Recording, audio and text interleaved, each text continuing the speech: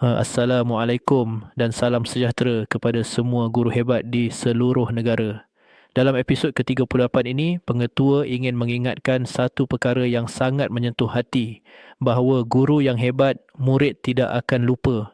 Murid mungkin lupa formula yang diajar, mungkin lupa tarikh peperiksaan, mungkin lupa latihan yang pernah dibuat. Tetapi mereka tidak akan lupa guru yang memberi kesan dalam hidup mereka. Guru yang hebat bukan hanya diingati kerana kepakaran mengajar, tetapi kerana cara mereka membuat murid merasa dihargai. Kerana cara mereka membangkitkan keyakinan murid yang hampir putus asa. Kerana cara mereka menegur dengan kasih sayang, bukan kemarahan. Kerana cara mereka melihat potensi murid ketika orang lain hanya melihat kelemahan. Guru yang hebat ialah guru yang memberikan sentuhan hati. Sentuhan itu mungkin kecil, tetapi kesannya kekal sepanjang hidup murid. Kadangkala murid tidak pernah berkata, tetapi mereka ingat guru yang pernah memuji mereka buat pertama kali. Mereka ingat guru yang pernah percaya pada mereka ketika mereka sendiri tidak percaya.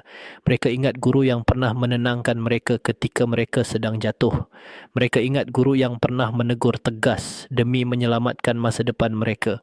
Guru yang hebat tidak semestinya guru yang sempurna, tetapi guru yang ikhlas. Guru yang berusaha memahami. Guru yang konsisten memberi yang terbaik walaupun dihujani bermacam cabaran. Dalam episod 38 ini, pengetua ingin memberi semangat kepada semua guru. Tidak mengapa jika penat, tidak mengapa jika usaha kita kadang-kadang tidak dilihat orang.